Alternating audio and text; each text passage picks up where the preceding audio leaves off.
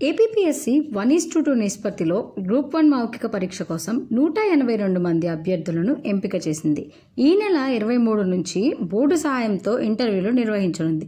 దీన్ని దృష్టిలో పెట్టుకుని అభ్యర్థులు ఈ కొద్దిపాటి సమయాన్ని సద్వినియోగం చేసుకునేందుకు మెలకువలను అందిస్తోంది ఈనాడు ప్రతిభ.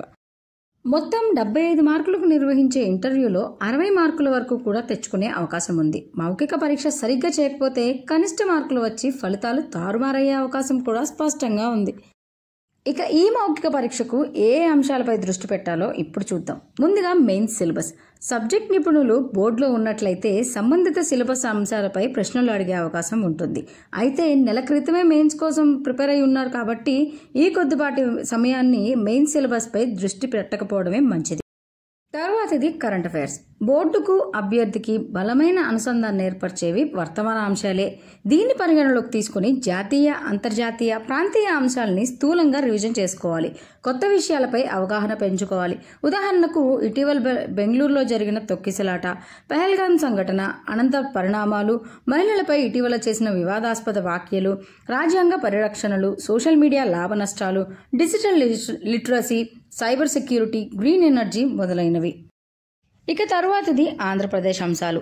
అభ్యర్థి ఏపీలో స్టేట్ ఆఫీసర్గా పనిచేయాల్సి ఉంటుంది కాబట్టి రాష్ట్ర ఆర్థిక, సామాజిక, భౌగోళిక అంశాలపై ప్రశ్నలు అడిగే అవకాశం ఉంది.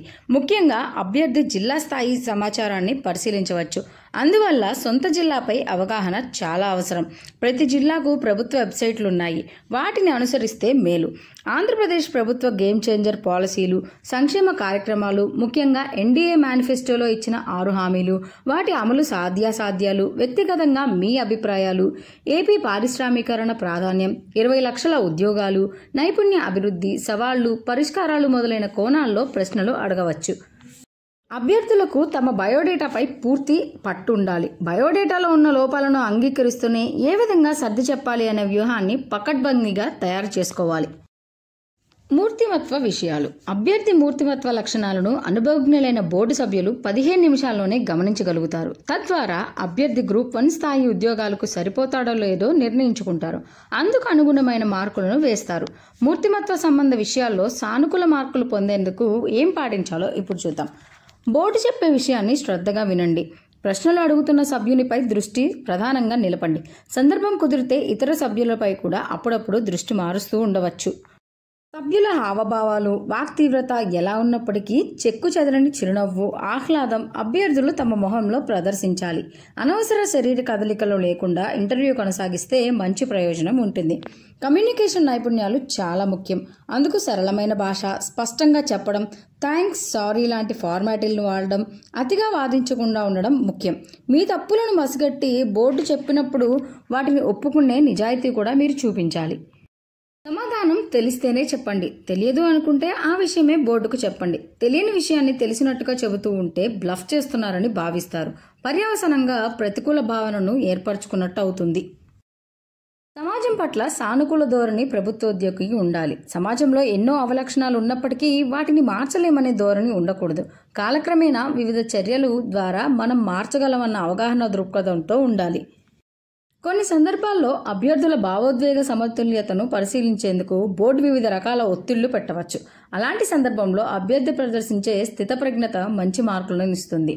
సభ్యులు గొంతు పెంచి రెట్టించి అడుగుతున్న సమస్థాయిలో స్వరంతో ప్రశాంతంగా సమాధానం చెప్పే నేర్పు మీకు ఖచ్చితంగా ఉండాలి.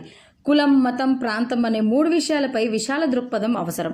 మీరు ఒక వర్గానికి చెందిన వారైనా కేవలం ఆ వర్గానికే అనుకూలంగా మాట్లాడకుండా జరుగుతున్న పరిస్థితుల్లో సంస్కరణలు ఏ విధంగా తేవాలి అనే ఆలోచనను ప్రదర్శించే నేర్పుతో ఉండాలి.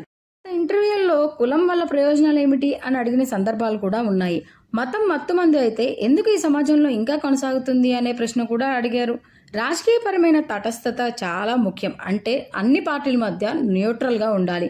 ఏ రాజకీయ పార్టీకైనా ప్రభుత్వానికైనా కొన్ని లోపాలు ఉంటాయి. వాటిని మరిచి గుడ్డిగా దేన్ని సమర్థించకూడదు, అలాగే వ్యతిరేకించనూకూడదు. అభ్యర్థులు తమ ఇష్టాలను పక్కన పెట్టి మౌఖిక పరీక్షను ముగిస్తే మెరుగైన ఫలితాలు వస్తాయి. గ్రూప్ 1 ఇంటర్వ్యూ షెడ్యూల్ కోసం డిస్క్రిప్షన్లో ఉన్న లింక్ను క్లిక్ చేయండి. అలాగే మన ఈనాడు ప్రతిభ ఛానల్ని సబ్స్క్రైబ్ చేసుకోండి.